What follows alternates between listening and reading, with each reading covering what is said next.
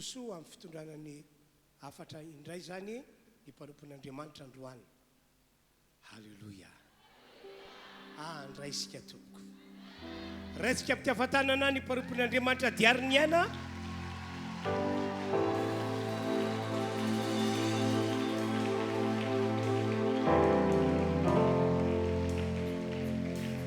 Nahazodrany tsara tamin'ireo zoky zareo izy. Inareo mpitarika fidiarana kosa katara hidiny ato ambany ato. Ato mofena ato ambany ato mijereo am'plasy eny ananiny eny. Aloha midina daholo ianareo. Tsisy mipetrapetraka ity ambony. Aloha midina daholo.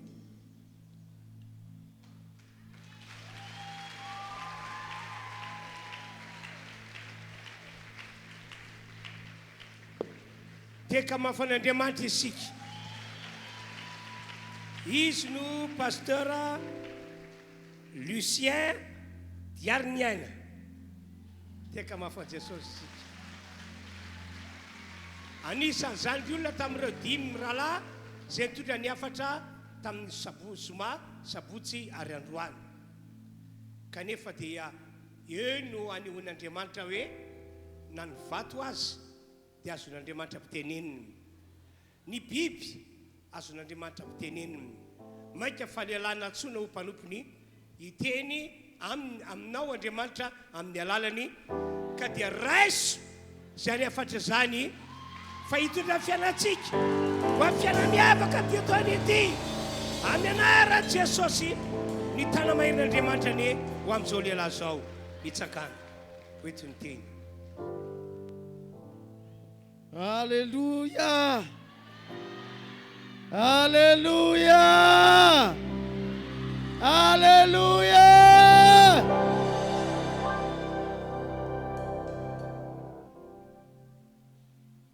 Andro fahatelo androany. Ny isa telo dia isan'ny résurrection na ny fitsanganana amin'ny maty. Rehefa tsy nakatoy ny tenin'Andriamanitra Jona, rehefa tsy nakatoy ny tenin'Andriamanitra izy, Andriamanitra niteny hoe miakara makany Ninive, dia nanao ny fanohitra angarainy dia ozy teny soratra masina hoe nidina nakany Tarsisy. Naninona? Nidina. Rehefa vakitsika amin'ny Baiboly teny vahiny dia impito ilay teny hoe nidina tamin'ny Jona.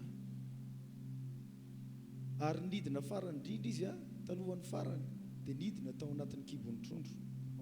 Ary rehefa tao anatin'ny kibon'ny trondro izy dia nentin'ny trondro nidina tany amin'ny fanambanin'ny tendrombohitra any ambanin'ny ranomasina. Siantifika voankina vao tonga saina hoe misy tendrombohitra kay any ambanin'ny ranomasina. Fa ny Baiboly efa rivo-taona maro no efa nilazan'izany. Nidina tany amin'ny farany ambany izy.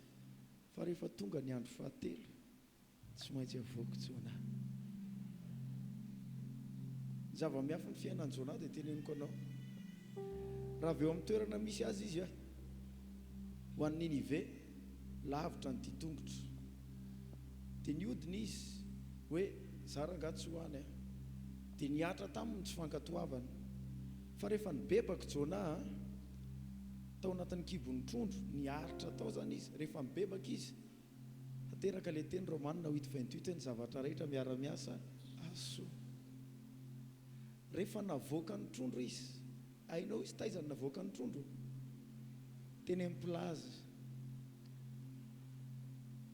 Teny amin'ny plazy ary tsisy fa plazy Ninive. Tonga tany amin'ny destination izy.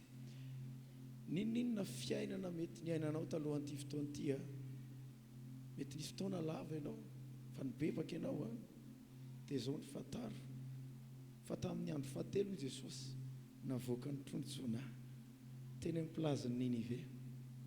Raha ny lalana avany amin'ny toerana nisy an'i Jona jusqu'à Ninive mbola maherin'ny 50 andro ny lalana makany. Firy andro? 50 andro. Fa rehefa mibebaka izy 3 andro dia tonga tany. Inona ny tinambara aminao amin'ity andro fahatelo ity mivoaka amin'ny fasany ianao? Alléluia. Tahaka an'i Jesosy tamin'ny andro fahatelo mivoaka ny fasany, tahaka an'i Jona tamin'ny andro fahatelo mivoaka tao an-kibon'ny trondro. Ny zavatra hitranga nireo tara rehetrarehetra hatramin'izay dia ho raty rapena avokoa. Ka ny tsy vita tao anatin'ny 10 volana dia ho vita ao anatin'ny 2 volana.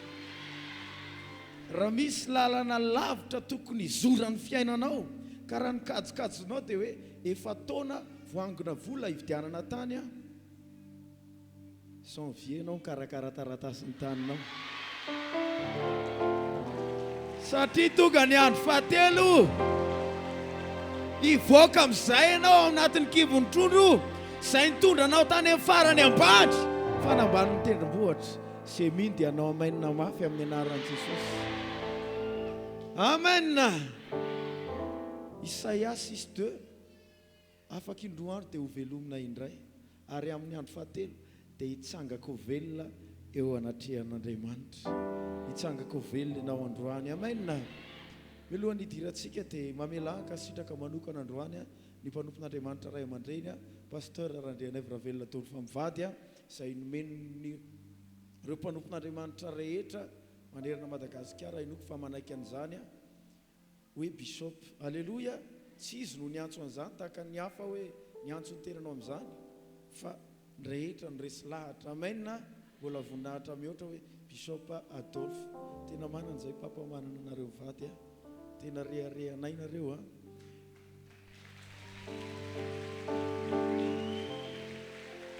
nisy ho antsika fiangonana nisy anatra natao papa tamin'ny maraina manary raisiko mifoko manontolo reny hoe tandremo tsy izay mitory teny rehetra dia avy amin'Andriamanitra, tsy izay teny rehetra dia avy amin'Andriamanitra.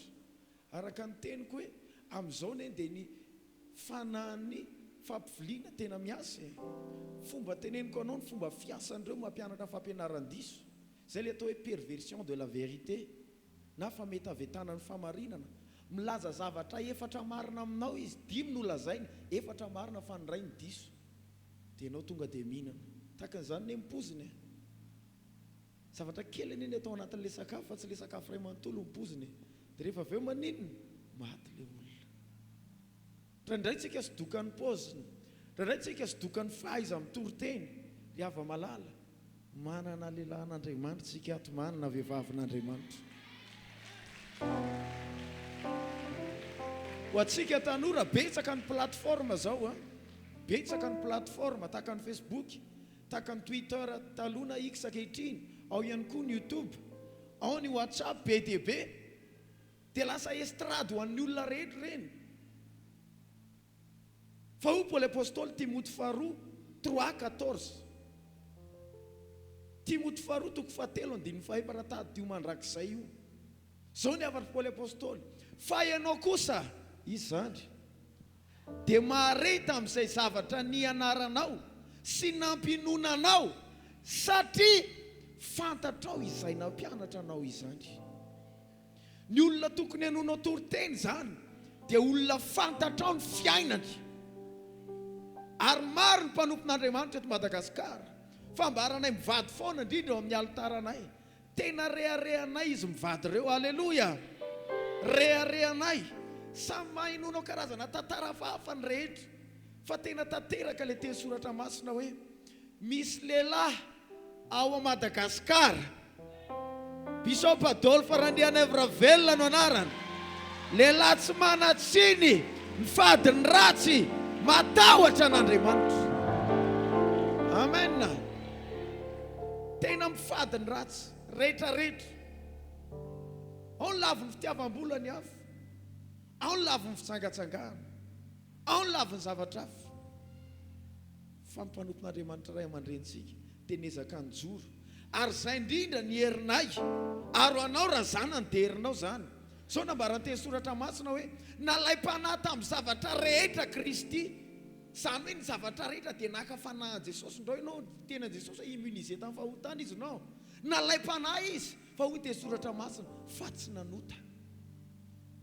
Ianao zany afaka tante fa saingy zao tsy voatery hanota ianao dia ho toyana aoka ho fiadinareo zany. Zany hoe le fijoron'i Jesosy tamin'ny fahotana tsy nanaiky lavo izy, tsy fandresena ho an'i Jesosy fotsiny fa lasa fitaovam-piadiana ampiasaintsika iny amin'ny androntsika. Mahatonga ny taranaka simba ankehitriny satria ray aman-dreny nanondrana ny teo aloha ary mahafantatra hiraka anankiray satria nanondrana le teo amboniny malaza fa saingy nanondrana dia ny taranany ateo areny tapitra nanondrana ary ny masonay nahita tamin'ireo taranany sasany dia kahaka izay efa ngatsy miteny dia ozy le namany mba mijoro hoe sarotra pastera satria na le ray aman-dreny ary lavo dia hitanao le falavolo le teo ambony zany lasa manina amin'ilay taranaka tsisy hery adina le taranaka tsisy heritsaina zay mahatonga ny hoe ny ankizy teraka tao anatina tokantrano misara-panambadiana vulnérable ihany koa amin'ny fisara-panambadiana satria ny ray aman-dreny teo aloha ny modelina fa za misaotra an'Andriamanitra men'Andriamanitra ray aman-drenitsika modely aoka ho fiadiana ao atsika zany hoe tsy lavy ny ray aman-dreny mampianatra momba mivavaka aho ampiangonana hoy hoe na Jesosy ary mivavaka iza moa tsika tsy mivavaka dia toizako amin'izay na pasteur Adolphe ary mbola mifoha amin'ny firy maraina mivavaka iza moa any tsy mivavaka na pasteur Adolphe ary mbola miankoko mandohalika amin'Andriamanitra iza zany anamafy ny lohaliko tsy maintsy mandohalika na pasteur Adolphe ary mandeha mitoro filazantsara eraky Madagasikara amin'izao taona zao ary andeha indray iza moa tsy andeha mitoro filazantsara eraky ny tsena ry havana manantsika manana azy ireo oela velona ne izy mivady amen amen tenene oela velona ne pasteur Adolphe mivady hitsenan'i Jesosy velona eny amin'ny raha olanitra amen soratsika ny tombo izay mankasitraka ihany koa ireo mpanompon'Andriamanitra goavana be izay ny aloha lalana rehetrarehetra teo androany zany dia rehefa niadiny tany amin'ny défense niadiny tao amin'ny milieu niadiny tao amin'ny Elias ny sisa dia za le mipasiana farany dia mampiditra sisa mankasitraka pastera tena pare be andro any manana nareo nandritra zay 3 andro zay tena voky voatany fiangonana amarantsika androany rava ny fahafatesana Halleluja raha efa nadaraboko ireo Goliaty aloha mba manapaka ny loha mba anjarako androany amen tia fa mafy a Jesosy ianao halleluja dia hivavaka isika ho anten'Andriamanitra satria ny fotoana voafetra tsy haiko moa ny androany zany ya halleluja dia anao hiry anankiray tsika vavaka hoe Jesosy ahotrony ty foko mankafy mitady anao mety efa hainao le izy tsotra kely hoe Jesosy ahotrony maninona Jesosy ahotrony ty foko mankafy mitady anao ahoana tsara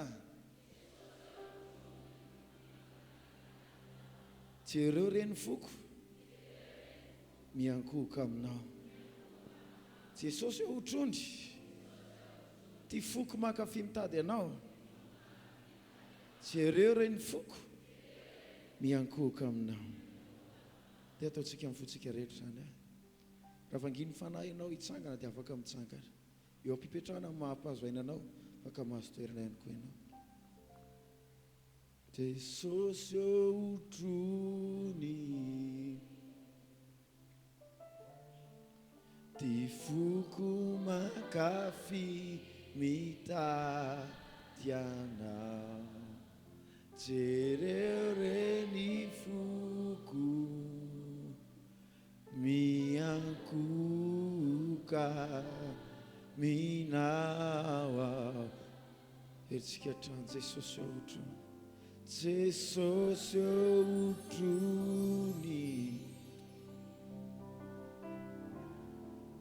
ty foko mankafy mitady anao jereo reny foko miankoka minao Jesosy ahotrony Jesosy ahotrony ity foko mankafy mitady anao jereo reny foko miankoka minao Jesosy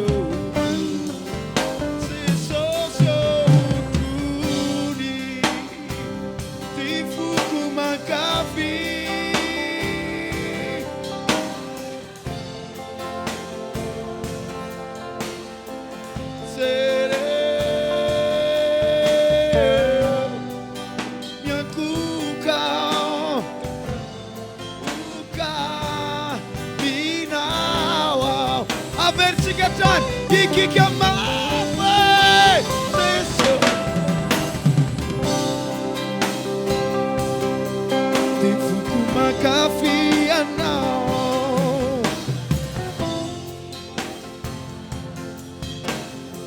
zereo miankoka raha mbola misy mafimafy atrano ikika atrano hoe Jesosy otrony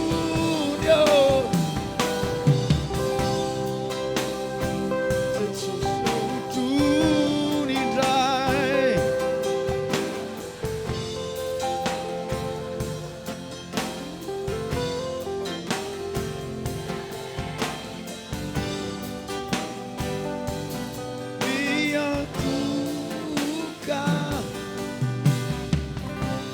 fiangonana rehetra merina hoe Jesosy otro Jesosy otro Jesosy otrony izay androany ny fonay akafy mitady anao Samuel voaloha 3:21 misy eo anay amin'ny alalan'ny teninao androany misy eo aminay Jesosy androany amin'ny alalan'ny teninao Jesosy outro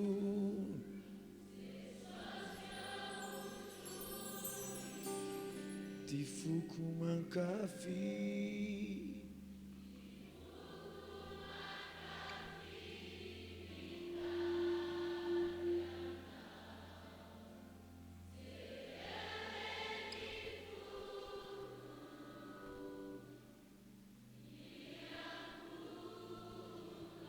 amin'ny fananao rehetra dia averitsika hatrany Jesosy outro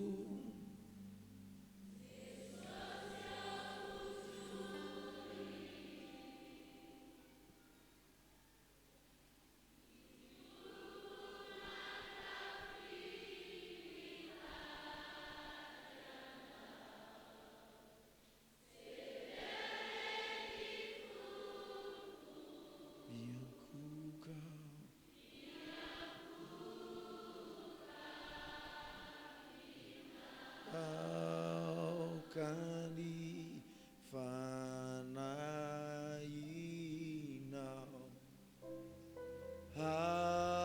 Aukani fanaina tsy hoe sorina tsy hoe sorina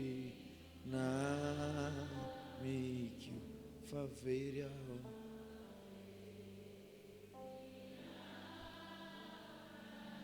Aukani fanainao Aukani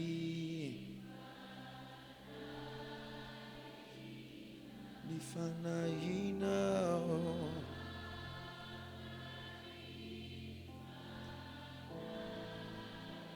tsy hoe sorina mikio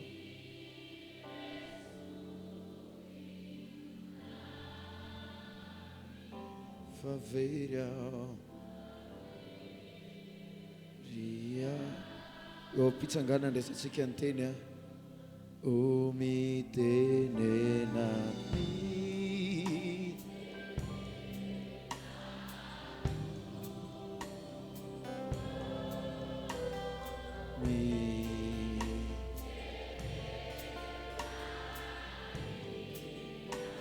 favununao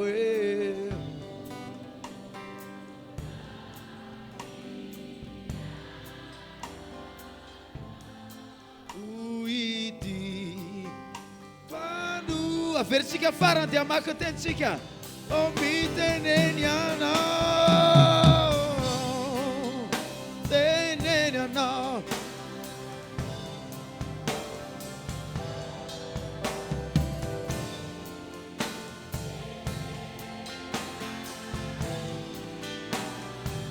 favununao vununao iaino anao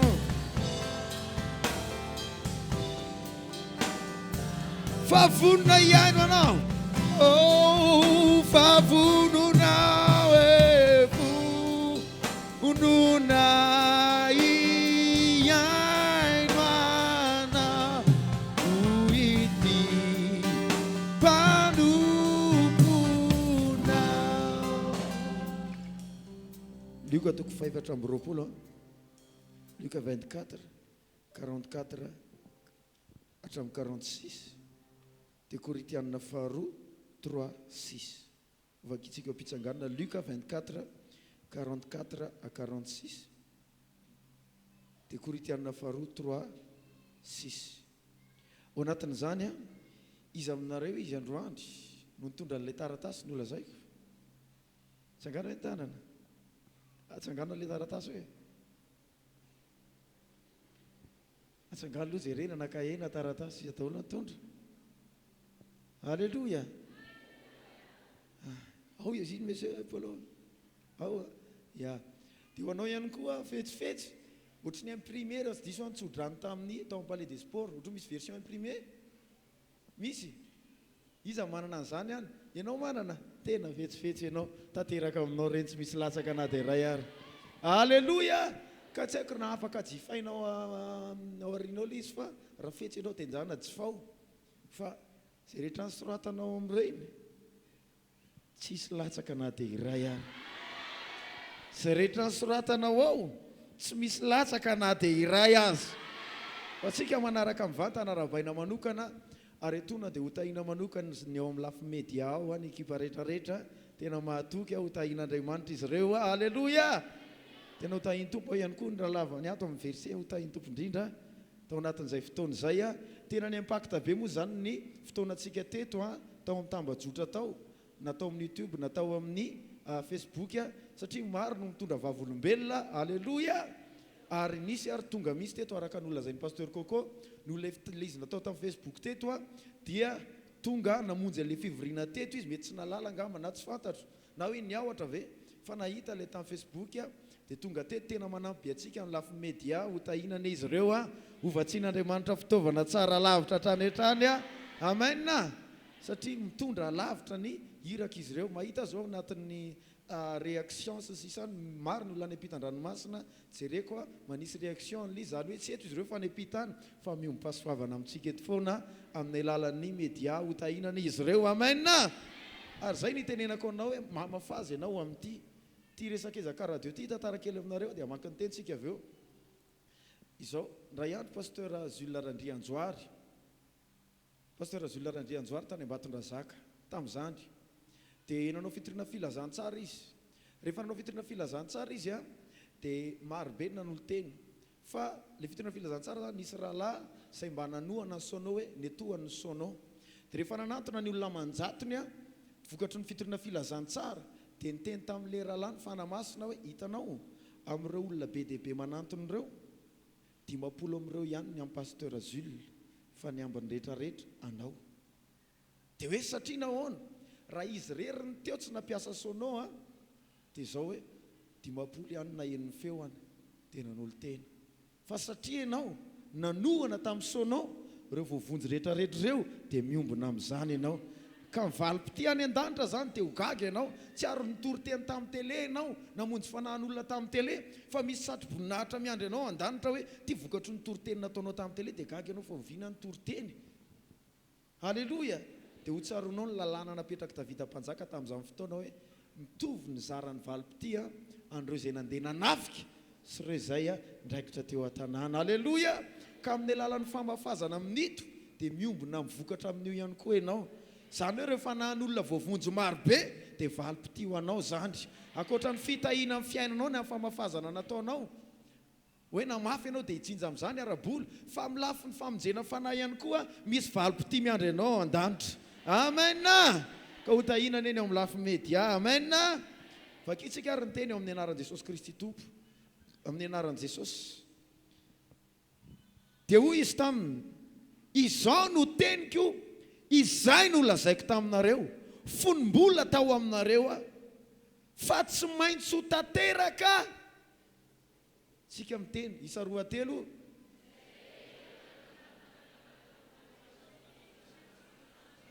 eny tsara fa tsy maintsy ho tanteraka izay rehetra fa tsy maintsy ho tanteraka zay rehetra nano ratanay teo amin'ny lalan'ny Mosesy sy ny mpaminany ary ny Salamo 5:50 dia nanokatra ny sain'ireo izy alala ny soratra masina toy izantsika farany ary izy taminy izany no voasoratra maninona fa Kristy hiaritra ka hitsangana maty amin'ny andro fahafiry amin'ny seminaire.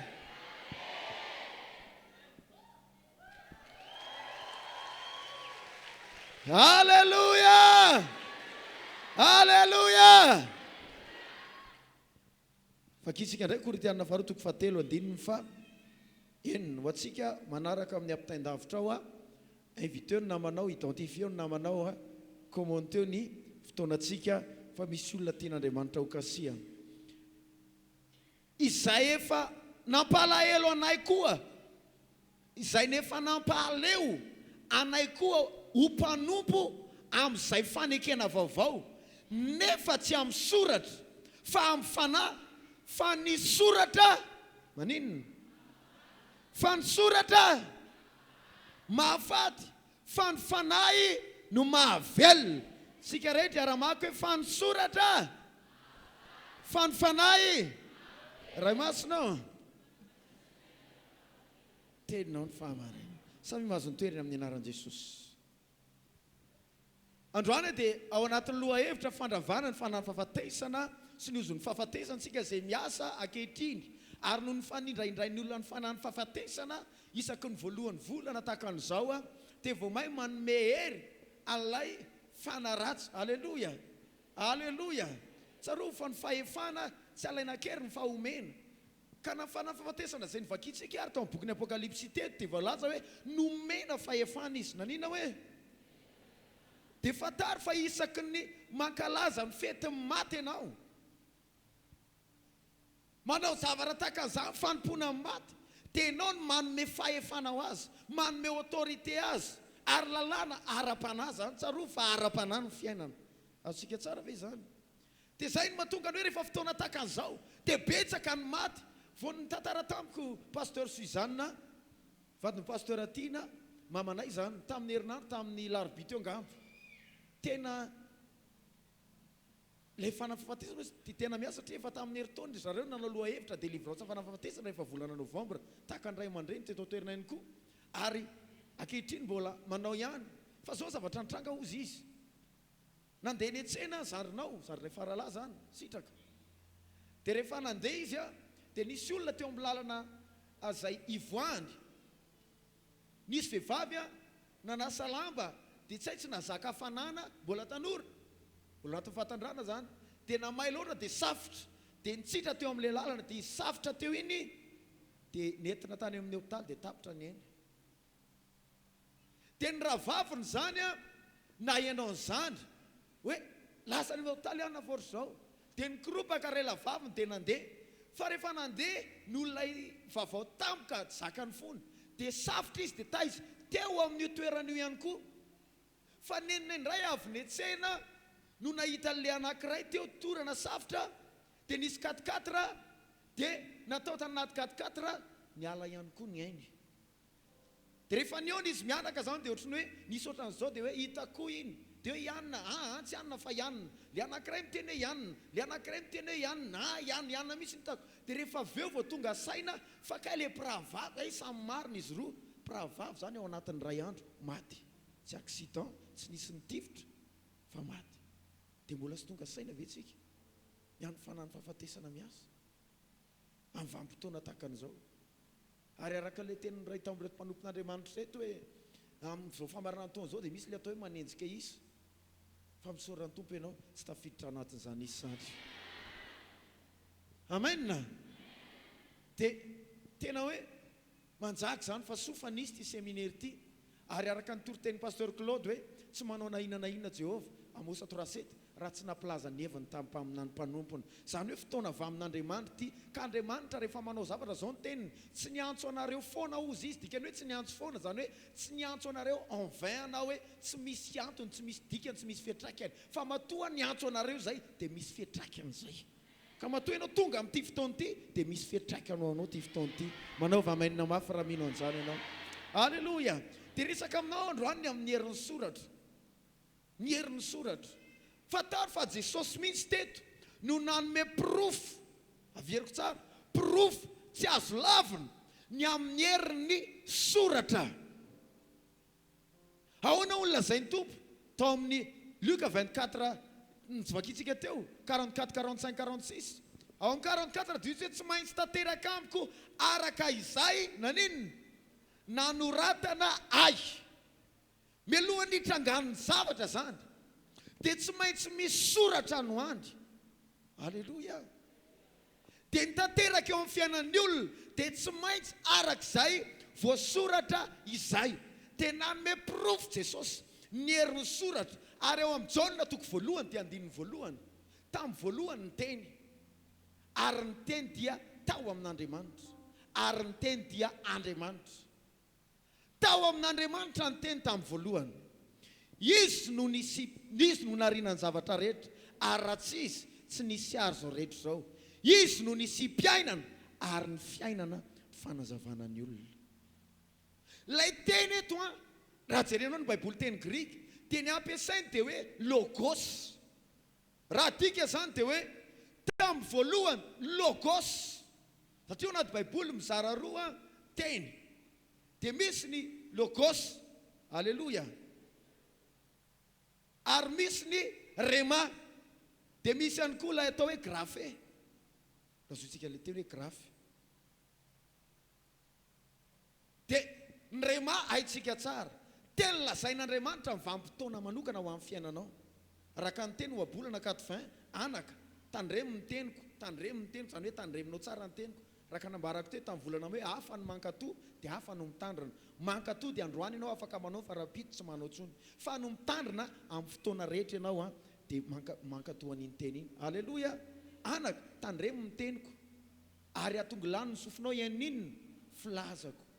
Alleloia. Zany hoe misy teny lazain'Andriamanitra, misy ny tenin'Andriamanitra ary misy teny lazain'Andriamanitra. Dia iny teny lazain'Andriamanitra iny ilay rema. Alleloia. Amin'ny fotoana manokana mandeha ianao, ainao tsy enjery ny teny soratra masina, dia akapoka tamin'ny fanasitranana. Fa tamin'ny keny ohatry misy fandresen-dahatra be ianao hoe dia akapoka tamin'ny fanasitranana. Miaraka amin'izay fotoana izay sitrana ianao, nahazo rema tamin'Andriamanitra izay ianao. Alleloia. Na hoe misy marary vavanao dia velona be tao anatinao iteny hoe nahazo rema zay ianao. Amen. Zany hoe teny lazain'Andriamanitra amina saison manokana, ho amina occasion manokana. Zay ny atao hoe rema, ary misaorany tompo fa rema fanafana iraisam-pirenentsika na rema fanafana international. Ty hafa mafy an Jesosy ianao. Amen. Fa ny rema dia mianga fa ao amin'ny logos anefa. Logos dia anisany lazaina le hoe teny voasoratra. Dia le teny tamin'ny voalohany zany dia ambarana hoe logos. Tamin'ny voalohany logos, ary logos dia tao amin'Andriamanitra, ary logos dia Andriamanitra. Nanin'Andriamanitra tsy nisidentifie ny tenany tamin'ny rema, tamin'ny logos, satria misy hery ihany koa ao amin'ny soratra. Ary ny marina fahefana. Tsarovy fa ny fahefana dia ambonin'ny hery. Ahoana hoe fahefana dia ambonin'ny hery. Ohatra, afaka matanjaka be ny moto anao na ny fiaranao, fa misy polisy ery sanatria efa lan'ny toka, efa reraka, fa namanahoana pozina na olona poka tahaka ninona izy, fa rehefa mitsangana iny tanana iny tsy maintsy mijanona moto anao, satria ny fahefana ambonin'ny hery. Alleloia. Dia ao amin'ny soratra eo misy fahefana ao. Ary Paoly apôstôly ary dia navita ny teny mihitsy hoe tandremo, fa ny soratra dia mahafaty. Soratra dia maninona? Mahafaty. Ary miresaka fanany fahafatesantsika. maro ny fitrangana fahafatesana asa taona. Aleloia. Ary anisan'ny ampiasain'ny mpanompo sampy dia io soratra io dia raha tsy zany ianao na haino an'ilay sampy malagasy taloha izay tsy malagasy fa nylovaina tamin'ny arabo dia ilay atao hoe sora be. Io ny ampiasain'zareo tamin'ny albadira, nisy olona izay narary ny voto dia tonga tao aminay na misavian'ny olona dia nitsabona tany tsy nety sitrana dia rehefa nentina tao amintsika isaoran'Andriamanitra fa sitrana izy. Aleloia. Fa rehefa sitrana koa izy dia lasa tsy miverina tsony. Manana maha izy azy zay izy. Tonga tao dia misy fanafody eo pastera fa tsy sahanay ihany. Eto aty arô ilay fanafody. Rehefa nentina tany ilay fanafody dia karazana sorasoratra dia soratra arabo dia misy tany tsy haiko hoe tany iny reny. Reny ao amin'ilay izy. Zany hoe na mpanompo sampy ary tonga saina. Ary ndraindray tsika kristianina izay tokony ho ara-panahy no lasa tsy mahalala ny zavatra tokony ho fantatsika.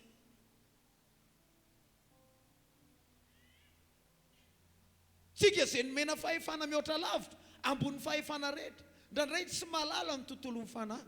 Ry ava malala misy ny famisaviana. Raha tsy zany nambaran'ny mpanompon'Andriamanitra teto pasteur Coco hoe tany izy teo tany Tsoromandidy sa taiza hoe manao délivrance dia sahona mivoaka any anatin'ny olona. Ahoana ny havelomany sahona any anatin'ny olona firy andro? Réel raha malala ny tontolon'ny fanahy. Sahona mivoaka any, vaty no mivoaka. Asinareo ve zany zavatra zany? Tadidiko tsara raha sy diso tany Ambohimandrosa taiza iny le hoe voaka amin'ny tendan'ny olona vato-kilonjy ohatry ny amin'ny lalam-by. Ahoana ny voan'ny vato-kilonjy amin'ny tenda? Ary any aminay ihany dia tena manjaka ny sampy, tena misy ny famisaviana. Ary ny baiboly mihitsy no mampianatra sy miresaka an'izany. Ary maro karazany ny famisaviana. Aleloia. Ary tena misy ny famisaviana tena mampitandrina anareo. Aleloia. Tsofra volombelona aminareo, any aminay ihany tena maro ty rodito io moa dia saika fiainana misy hatramina pastera amina fiangonana tsy tononoko tratran'ny rodi. Dia nafimehana nandeha ingarainy dia taiza nitady vahaolana tany amin'ny mpanompo sampy. Nefa pastera zay teneniko anao izay rehetra mitory-teny ny anona. Aleloia. Fafataro. Nandeha anatina tany izy nila fitsaboana. Ary tsy ray io. Ny ray fiangonana lay mbaratsika hoe zokony ny ray fiangonana zandry mifo. Fa samy nanatina mpanompo sampy daholo nitady vahaolana. Tamin'ny zavatra nahazo azy tena misy ny famisaviana. Any aminay tany amin'ilay antsoina hoe tanàna hoe Manontany Tsiloza dia misy tena hoe mampandehandeha tavoahangy. Io tavoahangy io tena hitanao maso mandehandeha eny. Ny varatrany amakin'ny olona kitay tena arabaky teny fa tsy resaka taloha nainao izany resaka. Fa tany tena nahita. Aleloia. Ary nalala ny ray tamin'ireo azy ny omby varatra. Ny omby varatra io lehilahy io lazainy ohatrany hoe tezaina ohatrany akoho le izy dia malaza be. Dia sendra ny fanenavina anao azy zay dia hoy fanena diso mitazona azy kely dia hoy rangaty tsy isy dika anao iny fa manatony ianao an' Jesosy dia mitodika izy. Pastera ty lazainao tsy isy dikany. Sanga ianao. Alefaso ah. Aleluia. Aleluia. Satria tamin'izay varatra roa nefa nalatsaka tao aminay fonizay nanokatra Satana. Roa tao amin'ny tranonay tao am-patsakana. Roa nefa nalatsaka aloha tamin'izay. Sanga ianao pastera. Tairo alefaso ny anao mahery Jesosy mahery. Ndao arozy izy. Dia nitaka kely izy dia mba mitaka koloa. Trondreny western anao fasafasy reny. Dia izy tery dia ty ahoana pastera? Tena sa ianao le namako niaraka tamiko tsy hitako ny nalehany. Zereko ny kisaka lavitra raha lava zareriny teo. Alefaso fa sa tena marina Jesosy mahery fa alefaso. Pastera. Alefaso izy tamin'io voahenoko miompy an'le izy. Dia nalainy le hazo kely dia nataony an'izao. Iny pastera Jesosy mahery.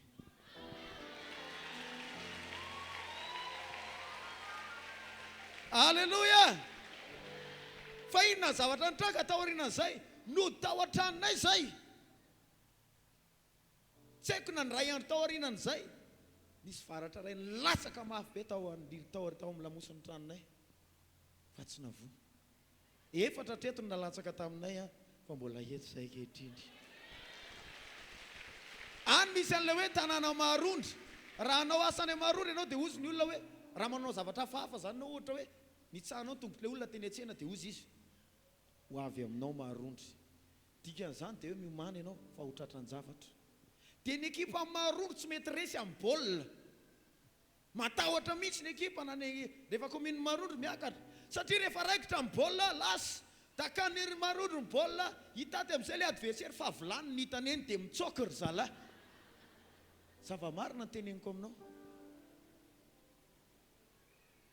alleloia ka tena miteny anareo hoe réel amin'ny famisaviany tena misy ny famisaviany hitantara aminareo anankiray tranga anankiray nisy mpivady bokatrosa zao ny fiainana raha tratrany ty anao dia ho afaka amin'ity 4 camion zany hoe tsy haiko hoe firy taonina zaka ny camion anankiray fa 4 camion ny vary miakatra amin'ny tambarana dia rehefa miakatra io vary io dia tonga eo atokotany ny camion dia déchargeny fa izy déchargeny eo dia miangona daholo koa ny olona rehetrarehetra tompotrosa dia samy makany azy 4 camion betsaka izany tsy efa mandeha amina trentaine sa firenena taonina zany fa rehefa tonga eo vary maka daholo ny olona 4 gony sisa ny miditra ao an-tranony zareo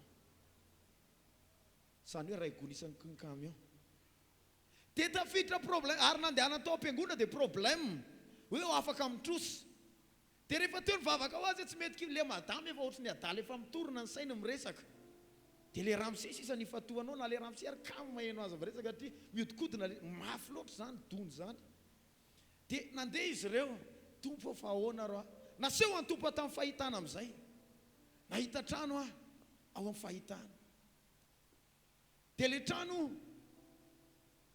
midy gadana dia rehefa aveo tsy eo le gadana dia nefa miditra amin'le trano tsisy ninina very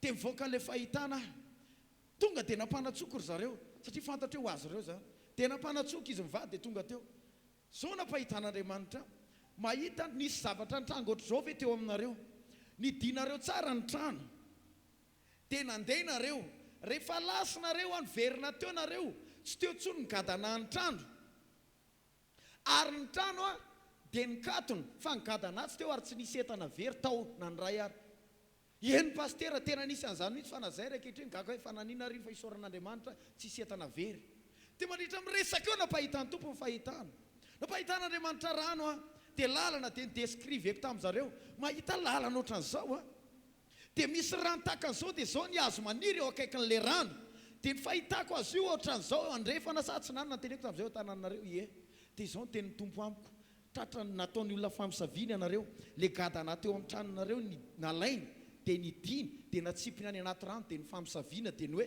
raha misokatra iny gadana iny dia misokatra amin'ny fiainanareo dia jereo atadio fa nanomboka ovininareo tratran'ity trosa be ty nefa be tany ohatran'io tena zao pastera vao tonga saina nanomboka tamin'izay tafiditra problème foana zay tao an-trano ry havana réel amin'ny famisaviana réel amin'ny famisaviana dia tamin'izay ianao nivavaka ho azy saoran'Andriamanitra taoriana nivavaka natao nivary ny olan'izy ireo afaka tamin'ny trosana izy alleloia zany hoe trosa amina camion isa-taona no ananany olona aminy fa afaka soma tsara tamin'izany izy tsy nitrosa tsony réel amin'ny famisaviana mila mitandrantsika sinao fa raha ianao ny tratran'izany androany mivany rehetrarehetra satria nomena fahefansika zay vahany ety an-tany dia vahanay za amena noho izany mitandremy ianao amin'ny soratra fanahy Paoly aza dia niteny hoe ny soratra dia mahafaty amena ary nampitondra fivavahana ary tamin'izany fotoana Jaona 19:22 adinareo ve nitenin'ny Pilato teny ambaranao foana isaky ny mihetsika aonao sy Pilato zay voasoratro dia voasoratro zany hoe tsisy mahovana io fa zay voasoratro dia voasoratro alleloia noho izany mila mitandrantsika ny amin'ny soratra amen fa maninona isika ny resaka fahanafahana resaka famelomana amin'ny maty dia miresaka fahafatesana ovakikely aminao vetivety fa hiverenantsika avy eo ao amin'ny Kolosiana 2 manomboka amin'ny 9:17 sy 18 ajanontsika eo aloha dia hoy izy Ary anareo izay efa naninona maty ny fahadisoana. Naninona hoe maty ny fahadisoana sy ny tsy fifirany nofinareo dia novelomana niaraka tamin'i Kristy io ilay seminera. Famelomana amin'ny maty, amainina. Rehefa navela ny fahadisoantsika rehetra, fa ao aorian'ny famelomana amin'ny maty dia misy dingana tsy maintsy idirana, ary novonoiny ny soratana ny didy izay ny ampangana atsika. Efa nitsangako velona ianao, fa amin'izao fotoana izao hovonoina daholo amin'izay ireo soratra manohady, ireo soratra izay mivesatra sy mitondra amin'ny fiainanao. Amen. Jerenao mpanjaka nanana izy zany Herode zany, enina teo ambany fifehezany Pilato ary izy izay gouvernoura romanina tamin'izany fotoana, Kaisara avy any Italia no mifeny tany, tsy firenena fa tany, Europe, Afrika, hatrany Inde, ny fehezin'ny empira romanina tamin'izany fotoana. Izy lay fitondrana amin'ny vy, ilay fahitana hitan'ny Daniel. Fena neran-tany dia Israel na Palestina tafiditra tao anatin'ny fifehezany, dia Pilato ny gouvernoura tany, dia Herode ny mpanjaka tamin'izany fotoana. Fa na Herode mpanjaka amin'ny fahefany azy, tsara toerana fifandraisana amin'ny romanina. Alleloia. Matio 2:1. Jereny zavatra nitranga. Ny anaran'i Jesosy. Ary rehefa teraka Jesosy tao Betlehema ny Jodia, tamin'ny andron'ny Herode mpanjaka, indreo nisy magy avy tany atsinanana tonga tany Jerosalema ka nanao hoe, tamin'ny Herode zany, izay ilay teraka ho mpanjakan'ny Jiosy, fa nahitany kitany teny atsinanana izahay, ka tonga mba hiankoka eo anatrehany. Izantsika nivaky teny. Ary noho nandray izany Herode mpanjaka dia nangororo izy mba amin'ny Jerosalema rehetra. Inona no nampangororo azy? Andiny manaraka. Dia namoro loha amin'ny mpisorona rehetra sy ny mpanoradalàna tamin'ny vahoaka izy, ka nanontany hoe aiza moa no aterahan'i Kristy, na izy ary na fantatra fa raha teraka Kristy tsy maintsy arak'izay nosoratana ihany. Noho izany danonareo manao recherche amin'ny document, fa tsy maintsy ao ny aterahany. Vakitsika ny teny. Ary ireo taminy ao Betlehema ny Jodia, fa izao no voasoratra izy ao Betlehema ny Jodia, satria izao voasoratra ny mpaminany toy antsika nivaky teny. Ary ianao Betlehema tany ny Joda, tsy dia kely indrindra ao amin'ny andrinan'ny Joda ianao, tsy akory, fa avy aminao no ivoany anankiray ho mpanapaka, ka izy no mpiandry ny Israely. Nangovotra Herode, tena voasoratra fa ho tonga izy, tena very plasy, very seza, zazakely nefa niteraka. Fa na zaza ary niteraka, io zaza io efa misy soratra ny aminy, dia tsy azonao sakanana io ny fa voasoratra ny aminy. Azontsika zany. Aloha.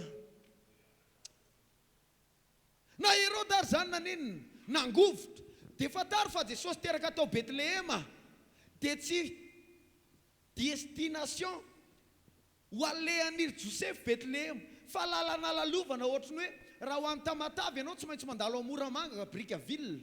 Raha avy any Tamatavy hiakatra Antananarivo ianao tsy maintsy mandalo ao Manjakandriana. Halleloia. Dia ny direction zany avy any Tamatavy hiakatra Antananarivo, satria tamin'izany nisy ny recensement izay nataony izay nitenen'ny gouvernoura tsy maintsy atao. Dia nisy ny recensement satria mafy be fitakiana etra tamin'izany fotoana. Dia lasa izy ireo nandeha ho any amin'ny tanina, fa rehefa tonga teo Betlehema, lasa niajazo Maria, ary tsy maintsy tao Betlehema niteraka Jesosy, satria maninona izay ny voasoratra. Izany hoe na ny fiainanao ary dia ny soratra no mibaiko hoe zao ny zotram-piainana tokony iainanao, dia ianao mieritreritra hoe kisendrasendra, nefa ilay izy maninona voasoratra. Maninona izy tao Betlehema niteraka? Dika amin'ny Betlehema teny hebreo Bethlehem. Dika amin'ny Bethlehem dia mofo. Izany hoe Betlehema tranon'ny mofo. Fa maninona atao tranon'ny mofo Jesosy niteraka? Satria izy ilay mofo naina, tsisy mofo mivoaka any amin'ny garazy zany, fa ny mofo any amin'ny boulangerie mivoaka. Noho izany tsy afaka teraka any amin'ny garazy na any amin'ny botika any amin'ny avant Saint-Terre izy, fa tsy maintsy izy ao amin'ny lapan'ny mofo, ao amin'ny tranon'ny mofo. Dia zay no nahatonga azy nivoaka taiza tao Betlehema. Ary tsy afaka nampidirina tany an-trano izy, na dia nanam-bola ary nidirana tany an-trano, tany amin'ny hôtely, satria nandondona hôtely izy, nanam-bola idirana tany. Fa tsisy feny ireo. satria ny ondry tsy ateraka anaty hotely fa ateraka aiza ny tranon'ondry. Zany hoe tsy maintsy mandeha araka nanoratana azy ny fiainan'i Jesosy. Ka na le mpanjaka lehibe ary dia naninona natahotra satria voasoratra afataro fa ianao velona io. Ianao eto io tsy miexiste ianao eto Madagasikara ary tsisy ny vahoaka malagasy ianao rehefa tsy enregistré quelque part any amin'ny document quelque part ny fahaterahanao. Zay le antsoina hoe copie naterahana. Marina sa tsy marina? Ary vokatray tsy manana ny zo rehetrarehetra ianao ary rahatratra ianao a dia tsisy ny vahoaka malagasy. Fa na velona ary ianao ny soratra ihany mi-authentifier ny fisianao. Marina sa tsy marina? Teboka faharoa amin'ny etana fanjakana satria fédéral ny États-Unis fitambarana état maromaro, état fédéraux, état mitambatra maromaro, ohatra hoe état en Californie izay andehanan'ny ray aman-dreny, ao ihany koa ny état ny Arizona, état ny Texas sy ny sisy, Washington sy ny tariny. Dia amin'ireo état mameno ny États-Unis ireo 50 mahery izy ireo. Dia misy ny lalam-pandrenana constitution izay iorenany rehetrarehetra. Fa misy kosa ny lalàna izay mampiavaka ny état tsirairay avy. Alleluia. Misy ny mampiavaka azy, ohatra misy lalàna tahaka an'izao amin'ny Texas fa mety tsy tahaka izany amin'ny Californie. Dia ny ankamaroan'ny état ao Amerika dia manao an'izao lalàna izao. Raha ohatra ianao zany tratra ohatra nanao menace olona dia naka volan'olona ka enregistré le izy tamin'ny téléphone na ihany koa enregistré tamin'ny vidéo. Ka na dia efa hita miara ireo izy fa nomenasy anahy jere izy miresaka amiko eo dia jereny ambana tamin'ny antsa dia nalainy ny poketrako. Dia zay pièce zay preuve zay tsy recevable eo anaty amin'ny fitsarana. Fa raha misy document kosa io-authentifian'le izy dia azo raisina. Zany hoe amina toerana sasany zany na zavatra hita maso zay mahatonga an'le hoe azo raisina fa tsy mitombona. Dia rehefa avy eo afaka no misalasalana le olona nefa efa hita be zao hoe iny izy. Fa afaka no mifalasalana rehefa mana-talenta ilay avocat dia mahay mampiasa ny lalàna izay voasoratra ao dia afaka le olona. Dia misy lalàna ohatr' izany hoe ninona preuve entinao, document authentifié ihany ny raisin'ireo état sasany. Zay no midika fa mihoatra noho ny zavatra hita sy ny re ny herin'ny zavatra voasoratra. Ohatriny ianao nanao taratasina tany tsy afaka hiteny mihitsy ianao. Andoatsika ho any anana fa ty tanitsika ty fa inona ny fantatry ny tribonaly? Inona fantatry ny tribonaly? Taratasina inona ka ny dadan'ny tsy zany be ny olana ankehitriny. Efa teo ny dadabe terehetra tany fandimy teo mipetraka teo fa teo arina le zafiny le sinoa tsy ary teto Madagasikara no mahazo an'le tany. Satria nina zay mipetraka teo ianna nahitanay mihitsy anontany io ry dadany rianina ry dadabe any anina ry dadabe razafy ary niteraka ny daditondrina anontany io rehefa rehefa volombelona nay nitoetra teto. Non, aiza ny taratasy. Atsika tsara zany zava-dehibe zany ny zavatra voasoratra. Fanontaniana mipetraka dia hoetiko aminao ny herin'ny voasoratra hoe soratra dia mahafaty profetiko amintsika dia ity. Haitsika tsara ny tantaran'ny Jaona mpanao batisa. Inona ny tantaran'ny Jaona mpanao batisa? Maty izy. Matina ninona? Matina ninona? Tapaka ny lohany. Antony anankiroa no nahafaty azy. Antony voalohany resahako aminao ny antony na ny rahana azy dia hanokatra lalana ho an'i Jesosy. Halleloia. Zay mahatonga azy lehibe no mpamina ny rehetra nefa tsisy fagakana ray vitany. Fa Jesosy niteny hoe raha mbola natera-be vavy tsy misy lehibe na Mosesy ary zany mbola kely no Jaona ny toerana misy azy eo amin'ny fanjakan'Andriamanitra. Kanefa misaoran'ny tompo ianao ato amin'ny fanjakan'Andriamanitra Jaona ny kely indrindra tsika sy ianao zany lehibe no Jaona. Amen. Dia maty izy satria nahoana? Rehefa vita ny asa fandompona nokatra lalana ho an'i Jesosy dia tsy hitantsony izay atao. Saika tafotoana tamin'i Jesosy ary zavy erangany teny hoe ino le zanak'orin'Andriamanitra manaitra fahotan'izao tontolo izao izy no arao. Fa rehefa any izy fanohatra n'ilay zavatra neritreretiko ny ataony. Inona ny ataony? Mandeha tango salohim-bary ny mpianana ny andro sabata. Mandeha miresaka amin'ny mpamorehatra sy ny sisa izy. Mandeha sao dia tsy izy ary iny. Nefa fa izy any no nitedy Jesosy hoe sambatra zay tsy tafitohana ny amiko. Alleloia. Dia rehefa vita ny asa fanompo satria napiditra an Jesosy na ny mpianany azy lasa nanaraka an Jesosy ny anankiroa nanaraka an Jesosy. Dia iny amin'izay ny ataony bon vita mission koa alao indray mba hitady zavatra atao hoe alao hiditra ny ministeran'ny tokantrano tsy natsona ho amin'ny ministeran'ny tokantrano izy dia lasa niditra tamin'ny ministeran'ny tokantrano zay ve nanirahana azy tsy zay. Dia lasa izy mba niditra tamin'ny ministeran'ny tokantrano nanao mariazy canceline na torohevitra ny amin'ny mariazy docteur Lovy. Tena nomboka nampianatra amin'ny mpanjaka kitikitika amin'ny mpanjaka tonga dia naninona ny lohany tapaka ho anao zay ampanaovin'Andriamanitra anao ihany atao, ho anao pasteur, ho anao plein temps, ho anao mpendraikitra ato, mety misy zavatra tianao atao, misy toerana tianao ale fa rehefa izy miteny hoe zao atao dia arao. Fa ianao mivoana amin'ny antony mpisinao ny anirananao dia jauna mpanao batisa saintsaina antanio jauna hoe manahoana le tsy mankatoa direktiva omena dia izy hitantara aminao hoe tapaka ny loha dia memenona ohatrany natapaka avy eo. Alleluia. Mbola avy antsika tikana hifantoka eto aloha zany nao mifantoka rehefa eo nao iorakoraka ihany. Alleluia.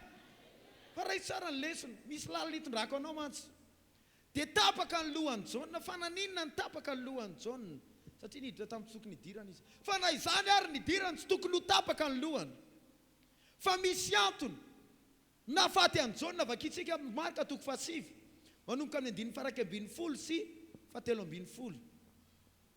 Marka 7 9 11 12 13 vakitsika. Io ny voasoratra. Dia nantany an Jesosy izy ka nanao hoe lazay ny mpanorandalàna fa tsy maintsy ho avy Eli. Toizatsika ny vaky-teny. Ary izy nanao taminy hoe Eli dia avy aloha ihany ka mampody ny zavatra rehetra ary ahoana kosa nanoratana ny amin'ny zanak'olona fa tsy maintsy mijaly mafy izy ka atao tsinotsinona.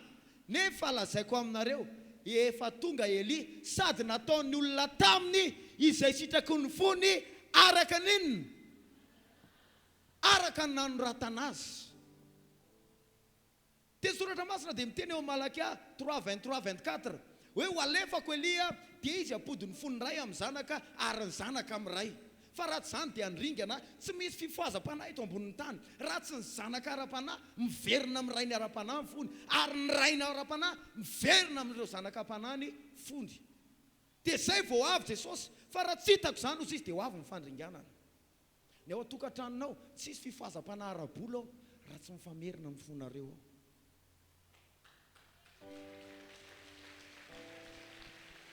Tsy ara-panahy ihany fifoazam-panahy hoe fivavahana fa misy ny réveil financière. Alleluia. Io zany mila miverina ny fony ray amin'ny zanaka, ny zanaka amin'ny ray. Amen. Amen. Tsy diratsika ny amin'iny. Dia Eli zany tsy maintsy ho avy. Eli nefa niakatra any an-danitra fa Jesosy niteny hoe tsy maintsy ho avy izy. Misy fatakaran'ireo jiosy ireo zany zay mahavariana. Fa tsy diratsika ihany koa zay. Fa jerentsika hoe iza ry Eli zay nitenen'io. Iza ry Eli zay nitenen'io. Mateo 1:10 teny andininy 1:10 ka hatramin'ny 7:10. Mateo 11:11 dia avy eo 13 dingantsika. Vakoto izao amin'ny anaran'i Jesosy. Ary lazaiko aminareo marina tokoa amin'izay nateraky ny vehivavy tsy mbola nisy nitsangana izay lehibe no Jaona mpanao batisa.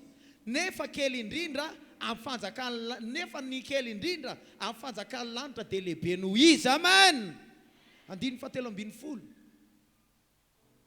Fa ny mpaminany Mateo 11:4 io 13 tsy maninona ary 12 vakitsika. Ary hatramin'ny androny Jaona mpanao batisa dia mandraka ankehitriny ny fanjakana lanitra dia rombahana ary ny mpandrobaka maka azy akeriny. Fa ny mpaminany rehetra sy ny lalàna dia naminany hatramin'izy. Hatramin'izy iza le anarana tononony eo. Toizatsika amin'izay 7:20. Ary raha mety mandray ianareo dia izy n'olona Eli. Iza zany le Eli niverina teto ambonin'ny tany. Ny olona zany tsy mahalala hoe iny Jaona mpanao batisa, Jean Baptiste, fa tsy Jean Baptiste ka iny fa izy Eli mpaminany.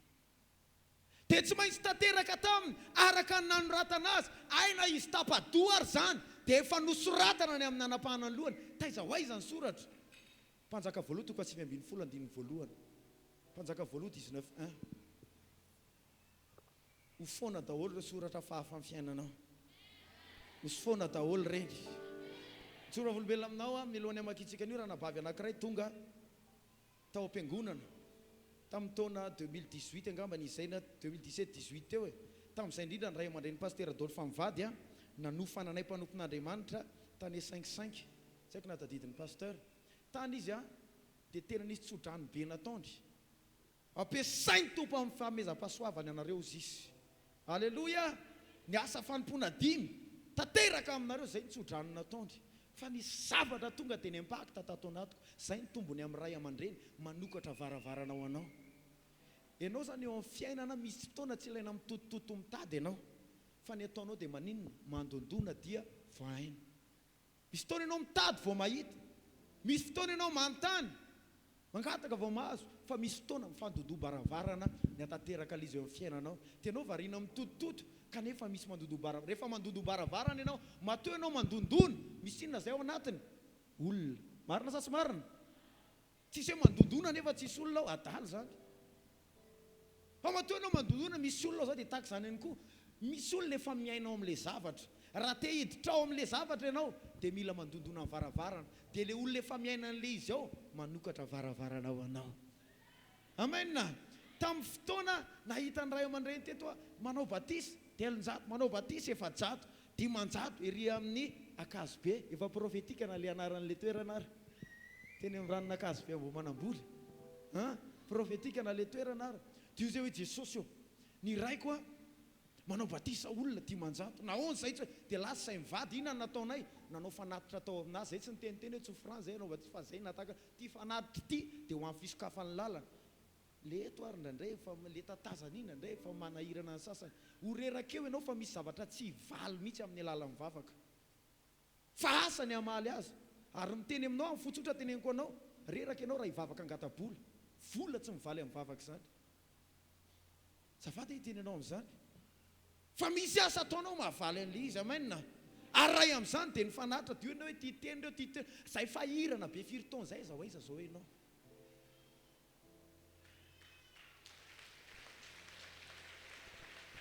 vaovao le famindra amenna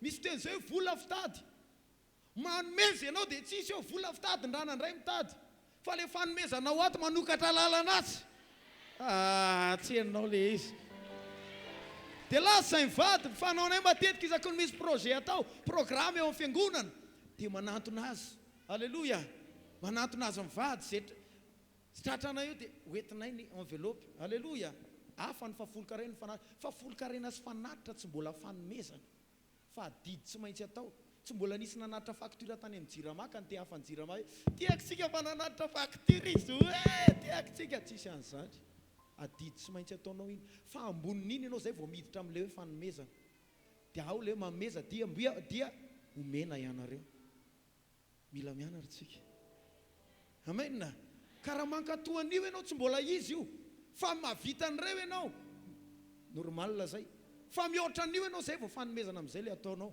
na sakrifisy ihany koa an'izay manao sakrifisy dia manato zay dia manatra fanatra le fanatra nataonay dia tao amin'ny fonay hoe tompo mba hosokafany varavarantsika amin'ny olona dimanjato izy io soran'Andriamanitra vakinay zany tamin'ny 2021 ary amin'izao fotoana zao vao nanao programa tamin'ny ray aman-dreny zay fa efa misoratra anarana any efa kely foana sisa dia dimanjato dia hihoatra ny dimanjato indray ny atao batisa amin'ity efa vonao fa soratra ao ny anarana satria novaina varavarana zay amenna misy zavatra zany tsy ilaina fitotototoana tsy ilaina fivadikan'ny 7 andro fa mangataka varavarana vaina fotsiny ianao alleloia dia tany sainkisaika izy namodotra ny fanomezam-pahasoavana ozy fitsorona niaraka tamin'izay dia nidona le izy tonga tany Akazobe nandray ranabavy amin'izay tonga teo le madama fa tsy ranabavy pastera mitsaly jereo vao finono vadiko io finono vadiko dia vangana be izy dia izy tena mahi kely dia ianareo le fian'ny pandy reny mialatsiny amin'ny olona zay misy pandà Alleloia. Dia rehefa teo izy dia efa ela izy mivavaka, tsy haiko amambolambolana teo, mety efa taona ray ngamba, ny ray aman-dreny no talohany. Dia izy eo fa le mandeha andavanandro fa tsy mety tonga lahady satria enjea amin'ny vadiny dia miady foana.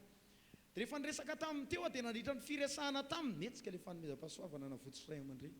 Teo tonga dia nahita fahitana, dia nahita taratasy amin'ny feuille cahier. Dia jereko le taratasy dia mahita le taratasy dia mahita anazy mitomany dia manoratra. Dia nivakiako le soratra tao amin'le taratasy. Dia rehefa voavakiko dia niala le fahitana. Dia niteny aminazy azafady madama, nisy fotoana ianao nitomany. Rehefa nitomany ianao tamin'izay nisy problème, tsy haiko le problème anazo anao, fa nitomany be ianao. Dia rehefa nitomany be ianao ny herinao sia dia naka taratasy ianao dia nanoratra. Dia zao soratanao ao, lava le taratasy fa paragraphe voalohan'le soratra nosoratany tononiko mot par mot. Zao ny phrase, zao ny soratra nosoratanao tao, zao. Tena marina zany pasteur. Mbola ao le taratasy pasteur afaka alaiko fa zay mihitsy nosoratako.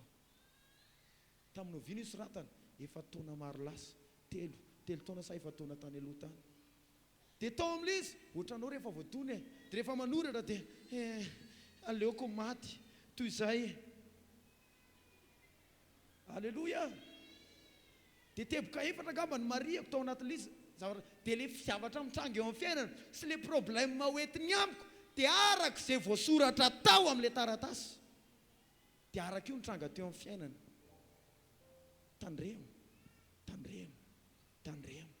Tandremo no zavatra soratana. Alleloia. Vavahana izy tao aorianan'izay. Alleloia. Rehefa nivavahana izy le ramose-panenjika azy satria mpandray an'ity le ramose. Mifoka moly, maina.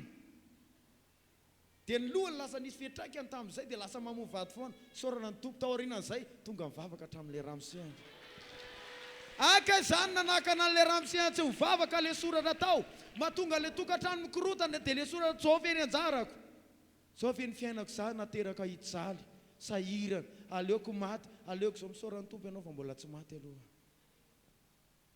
Tandremo ny zavatra soratana ry hava-malala, fa ny soratra dia mahafaty. Maninona hoe? Maninona soratra? Mahafaty. Mpanjaka voaloha toko 5:1 dia nolazainy Aba tamin'ny Jezebela izay rehetra nataony Elia, dia namonoany ny mpaminany rehetra tamin'ny sabatra vakitsika ny teny.